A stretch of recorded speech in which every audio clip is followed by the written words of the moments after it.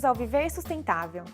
As doenças transmitidas pela água poluída e pelo saneamento ruim representam a quinta maior causa de mortes de mulheres em todo o mundo, matando mais que a AIDS, a diabetes ou o câncer de mama, revelaram pesquisadores. Quase 800 mil mulheres morrem todos os anos por falta de acesso a banheiros seguros e a água limpa, segundo a WaterAid, uma organização sediada em Seattle, nos Estados Unidos. Quem nos fala sobre isso é o professor deputado federal Mendes Tame. Hoje no mundo só existem 3 doenças mais letais para as mulheres do que a falta de saneamento, que são as doenças cardíacas, os derrames e as doenças respiratórias. Hoje, 1 bilhão de mulheres, praticamente 1 em cada 3 mulheres no mundo, não tem acesso a um banheiro seguro e particular.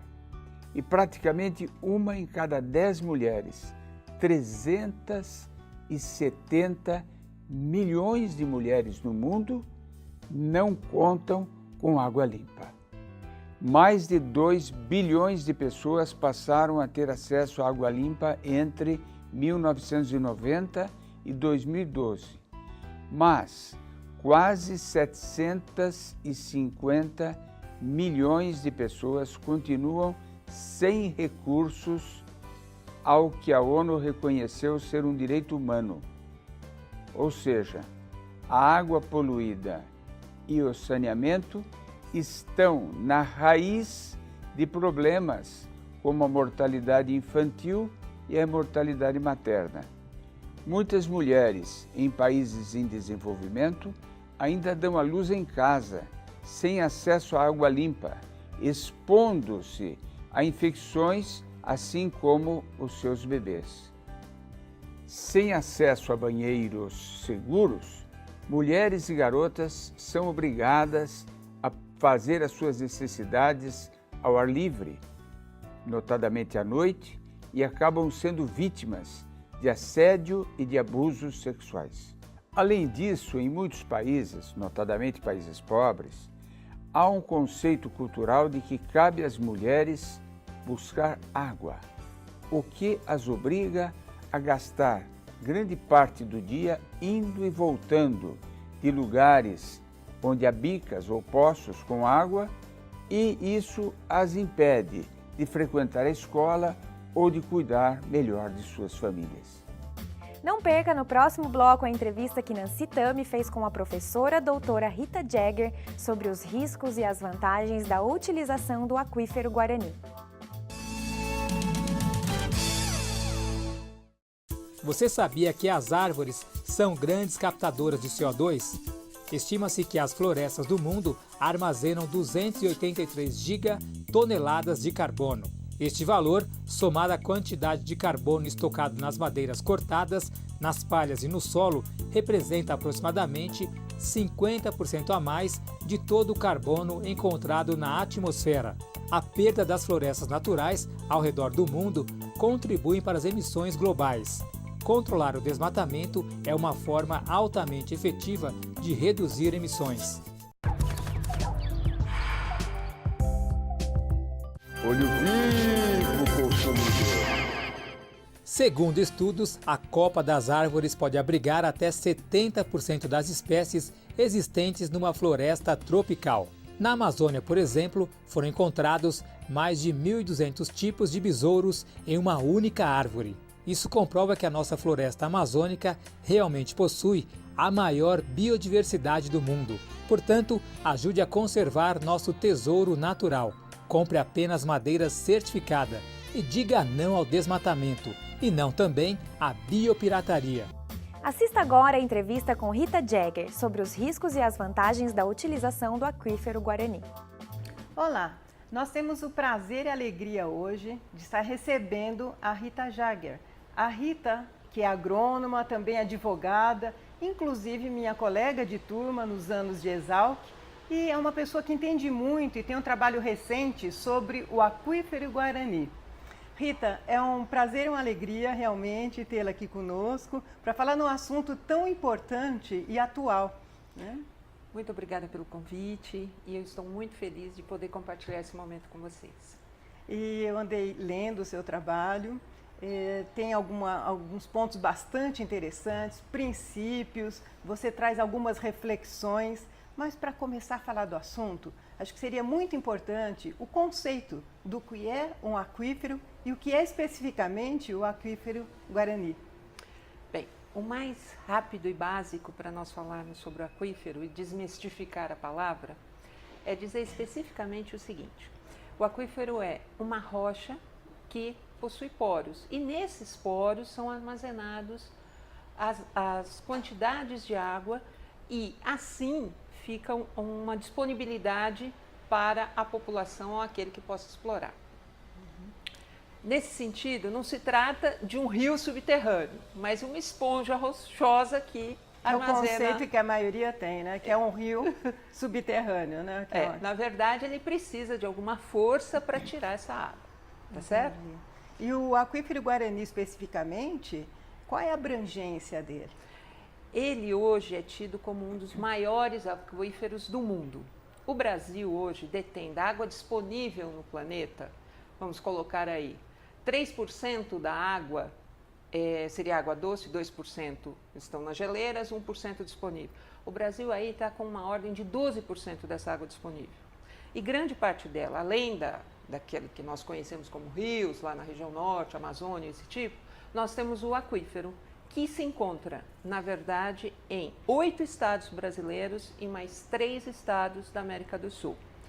Listando aí para você, Brasil, Argentina, Uruguai e Paraguai.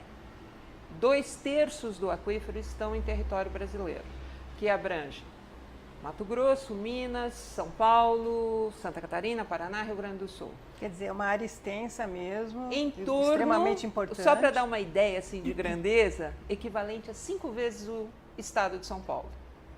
1,2, mais ou menos, milhões de quilômetros quadrados. Você fala também no seu trabalho da pegada da água. Eu achei extremamente interessante, né? O que viria a ser essa pegada da água? Então, as pessoas pensam normalmente só na utilização da água de uso doméstico. Mas a gente tem que entender que para a produção de qualquer elemento que nós consumimos, existe uma quantidade de água necessária. Então, por exemplo, se eu quero consumir 1 quilo de carne, eu vou ter que utilizar, na realidade, para a produção desse 1 quilo de carne, em torno de 14 mil litros de água. Então, hoje, se a gente fosse olhar isso de uma forma mais importante, o Brasil é um grande produtor agrícola porque ele tem água. E isso é importante para as nossas exportações. 70% da água é utilizado na agricultura. Hoje, chega a 70%. 70%. E é importante que seja assim, porque a gente, para a produção, precisa de muita água. Independente das frutas, verduras, o arroz, o feijão que nós consumimos. Nós temos aí uma quantidade de água, quando nós fazemos uma exportação, que é necessário, a gente precisa de muita água para fazer isso. E isso é importante que a gente considere. E o aquífero, nesse sentido, só olhar a situação dele, que é sudeste e sul, ele é de extrema importância e a gente tem que conservar. Quer dizer, nós não chegamos ainda numa priorização, vamos dizer assim, das culturas que nós vamos produzir em função da quantidade de água que é demandada pela cultura, mas talvez a gente vá chegar nisso um dia. É uma reflexão bastante importante essa que você está fazendo, principalmente se a gente for considerar o seguinte: no aquífero você tem regiões que estão mais próximas da superfície, essa formação rochosa está mais próxima da superfície, e em alguns locais ele está mais profundo. Então, essa quantidade de água que eu vou pegar, ela tem aí um custo para você tirar, que é a perfuração de poços. Então você teria, por exemplo, região de Ribeirão Preto, região ali de São Carlos e Tirapina, é uma região onde ele está mais próximo da superfície. Daí vem uma outra reflexão importante. Essa área nós temos que proteger mais, porque se ela for contaminada, eu contamino todo o aquífero. Pois é, existem meandros, né? Realmente uma rede de reflexões a respeito disso. E nós temos visto uma crise também em relação à questão hídrica, né? E uma delas, que está bastante evidente, é a de São Paulo. Você considera que isso é um momento excepcional ou que realmente já era previsto, ou é pontual, ou nós podemos enxergar com uma maior abrangência na questão do tempo, na questão de prioridades, como nós falamos até aqui? Eu penso que previsível, exatamente nos moldes que ela está acontecendo, nós não temos essa certeza. Por quê? Porque o meio ambiente é muito dinâmico. Então nós temos que refletir que aquilo que nós estamos fazendo hoje, nós vamos, na verdade, colher no futuro. Recentemente tem um trabalho também do nosso colega na Amazônia, que é o Nobre, falando que isso era previsível exatamente por conta do desmatamento da Amazônia. As pessoas falam em falta de água. Na realidade, está chovendo, a quantidade de água ela é fixa. Só que se chover no local inadequado, se nós não conseguirmos reabastecer o rio com essa água que, na verdade, choveu, se nós não conseguirmos fazer com que ela penetre no solo, o que acontece? Nós não estamos podendo utilizá-la, vai se transformar em água salgada. E essa disponibilidade vai ficar cada vez mais rara para nós. Quer dizer, o ciclo hidrológico, né, pensado de uma forma com planejamento realmente, e isso vai afetar a questão da concentração nas cidades, o uso que é concentrado em determinadas regiões, essas demandas. Sim, nós teríamos que refletir, inclusive, por exemplo, se eu tenho uma água que é um pouco mais salobra, eu posso ter uma indústria ali eventualmente, mas se eu tenho uma água mais pura, e as águas, o que é importante falar das águas dos aquíferos, é que em função da infiltração que ela tem, ela atravessa essas camadas rochosas, ela é uma água que na verdade ela é quase que filtrada, então ela demanda pouco custo para consumo humano, o que é muito interessante. Então por isso nós deveríamos preservar mais. Quer dizer, nós temos uma riqueza imensa com esse aquífero que não começou a ser utilizado e é o maior, como você disse, com uma abrangência do território nacional. Mas eu queria saber de você, Rita, o que você pensa em relação a começarmos a utilizar o aquífero, então, ou o uso sustentável dele? Nós, na verdade, já utilizamos, algumas cidades utilizam bastante. Agora, e nós utilizamos, e esse é o motivo de eu ter estudado isso de uma forma mais detalhada, é que essa utilização tem que ser mais fiscalizada, porque existe uma perfuração de poços. Artesianos. Artesianos em alguns momentos e não artesianos, que não existe controle. Isso eu não estou falando em termos específicos de uma cidade ou outra. Eu estou falando em termos de país. Na realidade, nós não controlamos isso e da forma com que se retira essa água. Mas teria que ter uma autorização, um estudo de impacto? Existe uma autorização em alguns estados, outros não. Mas, independentemente disso, quanto se tira de água de cada aquífero? Não se tem essa perspectiva. E isso é importante porque eu precisaria, para ser sustentável, falando em viver sustentável, que eu soubesse quanto eu tirei, quanto choveu esse ano, como é esse ciclo, quanto eu posso tirar. Eu respeitar o limite da natureza. Esse seria o ideal. Na realidade... Existem estudos a respeito que dá para utilizar como dados para esse planejamento. Existem assim estudos, mas não existe um controle de quantos poços foram perfurados. Quando eu fiz um trabalho, que foi no estado do Paraná, o que eu verifiquei é que você tem um controle de um terço, metade, mas existem muitos outros que estão sendo perfurados. Embora existam licença, quantos desses estão tirando? Isto deveria ser melhor fiscalizado, que é o que a gente chama de explotação, a quantidade de água que sai. Isso nós precisaríamos. Como é que nós poderíamos fazer isso? Isso seria uma ideia, né? Eu não sei se tem um poço ou uma bomba na realidade. A minha ideia, na realidade, para controle disso, seria você ter uma fiscalização nas bombas, ter um registro nas bombas.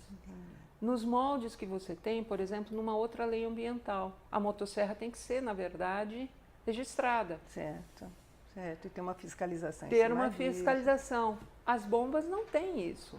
Então, eu não sei quanto está se retirando de água. Em nenhum estado. Na verdade, não essa existe. lei ainda não existe. Eu propus essa lei no meu trabalho. Essa é a sua proposta. Exatamente, projeto era uma de lei. proposta para que isso pudesse, na realidade, tivesse um controle melhor disso. O Estado de São Paulo, o Estado do Paraná, cada um poderia ter aí uma legislação específica, mas deveria haver um controle com relação a isso. Entendi. E no estado de São Paulo, o governo do estado de São Paulo já fala em poços de captação do aquífero, 5 poços, na verdade, um deles em Itirapina. E eu queria saber o que você pensa disso, do ponto de vista econômico, do ponto de vista ambiental. Então, eu acho que nós poderíamos, na realidade, existe essa previsão, acho que poderia ser uma alternativa, vamos dizer assim, imediata, é uma solução que nós poderíamos adotar, acho que poderia ser utilizado, mas nós deveríamos também tomar cuidado de saber quanto é que nós estamos retirando desse aquífero e como é que ele está sendo reabastecido, particularmente. Ali naquela região, realmente a perfuração seria mais fácil, porque ela está mais à superfície, não é um investimento barato, né? Porque a perfuração tem que ser feita de uma forma adequada, porque dependendo do tipo de rocha que você encontra, você vai ter um tipo de revestimento, um tipo de bomba para retirar, você tem aí uma quantidade de água que você pode tirar, então várias coisas têm que ser consideradas para isso. Ali me parece que é uma região em função de, vamos dizer assim, se nós analisarmos politicamente, se nós analisarmos em termos de profundidade, se nós analisarmos, me parece razoável que seja feita uma exploração ali, claro que com maiores estudos. Até porque a cidade do México e também no mundo, a utilização de alguns aquíferos, né? Tem a Índia também, nós temos tido o resultado com danos ambientais. Você acha que esse pode ser um risco também em relação ao aquífero Guarani? Sim, por quê? Em primeiro lugar, eu vou dizer para você, os Estados Unidos tiraram e, na verdade, esgotaram os seus aquíferos. Tá certo? Nós poderíamos fazer isso se nós não controlarmos a quantidade que nós retiramos. Então, isso é uma possibilidade. A outra possibilidade que nós deveríamos, e eu não vejo avanço nenhum, são com os governos, aí já falando de uma legislação internacional, parte do aquífero aflora no Paraguai. Então, você tem outras áreas que afloram e que você precisaria tomar cuidado e saber como é que, para você ter um gerenciamento melhor desse aquífero. Mas é um assunto, assim, que é apaixonante e que nós poderíamos, na verdade, usufruir de uma riqueza tão grande como nós temos. Na verdade, sempre que entra a questão ambiental, os limites que o homem coloca, né, eles são esses limites invisíveis e tão visíveis também na questão política, mas nos faz repensar e extrapolar, né, como é o caso do aquífero, que não fica contido num país só. Então, essa interlocução, esse agir conjunto, com a experiência de outras áreas, também é muito importante e você abrange isso no seu trabalho, né? Na verdade, isso é extremamente importante. Eu só queria lembrar uma coisa, a proteção ambiental depende fundamentalmente de uma coisa, o pensar no outro. Exato. Isso é de extrema importância em vários setores da vida, e no meio ambiente não foge a regra. Ensina muito, né? Exatamente. Mas eu tenho uma outra pergunta para você, que a gente vê principalmente em condomínios, a instalação de muitos poços artesianos. Queria saber o que você pensa disso, como você já fala um pouquinho do controle, né? Mas que direcionamento que poderia ser dado, inclusive quanto custa, né, isso em termos econômicos e também em termos ambientais. Eu acho importante falar isso primeiro. Cuidado, senhor síndico, com a responsabilização, inclusive ambiental, criminal disso aí. A segunda colocação que eu faço é que as pessoas pensam que por ser água de poço, ela é uma água saudável. Cuidado, porque como não existe controle dessa perfuração, que eu já mencionei, embora esse tipo de poço, na verdade, nem sempre está relacionado com o aquífero Guarani, ele pode estar contaminado. Porque como não existe controle de outras áreas, a infiltração, seja por eventualmente um poço de combustível, aconteceu um problema desse em Brasília, que contaminou um poço e crianças de uma escola tiveram sérios problemas de saúde por estarem consumindo água com material contaminado do poço. Quer dizer, muitas vezes não fazem nem análise da água, exatamente, a perfuração, e acham que a água é pura porque vem Exatamente. Então, isso precisa ser muito bem analisado para consumo humano. Porque você pode estar criando um problema mais sério do que a solução simplesmente de se ter água prontamente. Então, tem várias situações desse tipo. É possível? É possível, desde que as pessoas realmente mantenham um controle, saibam se essa água é possível. Custo disso? Difícil dizer, porque depende da região, depende do tipo de rocha, depende da profundidade, revestimento, uma série de coisas. Mas você vai encontrar aí custos em torno de 10, 15 mil reais, digamos assim, para perfuração de um poço de um condomínio, alguma coisa assim. É importante frisar, os que mais perfuram o que a gente chama de poço artesiano são os hotéis. Por quê? Via de regra, os locais que têm maior consumo de água, eles querem, na verdade, diminuir o custo dessa água. Então, esse registro acaba nem sempre sendo conveniente. Tá certo? Entendi. E como que você pode descobrir isso? É muito simples. Nos locais urbanos, se você tem um consumo, um tratamento de esgoto que seja maior do que o consumo de água, você pode ter certeza que ali tem um poço.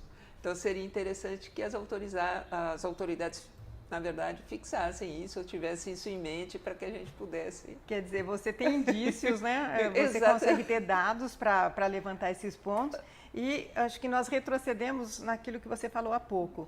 Cuidar, gestão ambiental, pensar no meio ambiente e pensar no outro. E que nós vemos também, além dos hotéis e daquele poço artesiano que é para todo o condomínio, em muitas residências, né? É o salve-se quem puder. Quer dizer, eu vou resolver o meu problema. E acho que bastante interessante também que você coloca da responsabilidade aí do síndico. É uma coisa, por exemplo, que eu não sabia.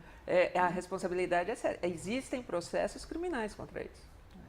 Já sendo relacionados com relação a isso. Até porque, se você não tiver uma análise correta, você pode estar, na verdade, trazendo sérios prejuízos realmente para as pessoas. Porque consumo, às vezes, de material pesado, de resíduo sólido, material pesado, metais pesados na água, isso não é difícil acontecer. Muito interessante. E tem uma outra pergunta, Rita, que trata da água na região metropolitana aqui de São Paulo, que nós ouvimos e a imprensa tem dado que duraria mais uns 3 meses. O que você tem, se você tem algum dado para nos amparar nessa informação, alguma sugestão, o que você pensa a respeito? Isso é um dado difícil da gente avaliar, né? Porque, na realidade, em 3 meses, eu penso que as pessoas estão com grandes obras, trazendo grande captação, desviando, na verdade, a água da superfície para que isso pudesse, em algumas outras regiões, com a perspectiva de poço. Mas, mesmo assim, na região metropolitana, nós tínhamos que repensar, na realidade, na utilização com que nós temos da água. Hoje, várias coisas, deveriam haver campanhas maiores, conscientizando as pessoas. Mais visíveis, você acha uma coisa mais visíveis, mas de consciência. Quando eu vejo alguém dizendo assim, essa água aqui é de uma nascente interna, pode lavar seu carro, porque aqui é de poço, aquilo me consome. Porque não interessa se a água é de poço ou não. Nós temos uma quantidade limitada e isso deveria ser considerado. A água não é sua, a água é de todos. Não é porque você paga pela água que ela é sua. Não, ela não é sua. Ela é de todos. Por isso que eu falo, é importante que você pense no outro. Como nós dissemos no começo, a Rita, ela é engenheira agrônoma, é advogada e tem um trabalho interessantíssimo sobre o aquífero Guarani. E um trabalho com reflexões importantes para a conscientização. Então, para finalizar, Rita, queria que você deixasse uma mensagem nesse trabalho tão valoroso e a gente vê essa preocupação, esse sentimento seu, né, nesse bem tão precioso que é a água. Queria que você deixasse uma mensagem para quem está assistindo o nosso programa. Eu gostaria de agradecer e queria que todos aqueles que me ouvem nesse momento pensassem que a água é uma dádiva que nós recebemos. E que nós temos que, na verdade, pensar nela como um bem e cuidar desse bem. Assim como nós cuidamos da nossa própria vida, nós temos que cuidar desse bem que nos foi dado. Muito obrigada. Rita, muito obrigada. Foi um prazer, uma alegria até emocionante te rever depois de de alguns anos, né? Nós que estudamos juntos, e parabéns pelo seu trabalho, um trabalho tão valoroso e tão atual também. Obrigada, Rita. Obrigada a você. O Viver Sustentável pergunta quais desses metais tóxicos são encontrados no lixo eletrônico. Letra A, chumbo e mercúrio. Letra B, carbono e cádmio. Letra C, estanho e alumínio. A resposta você confere no próximo bloco.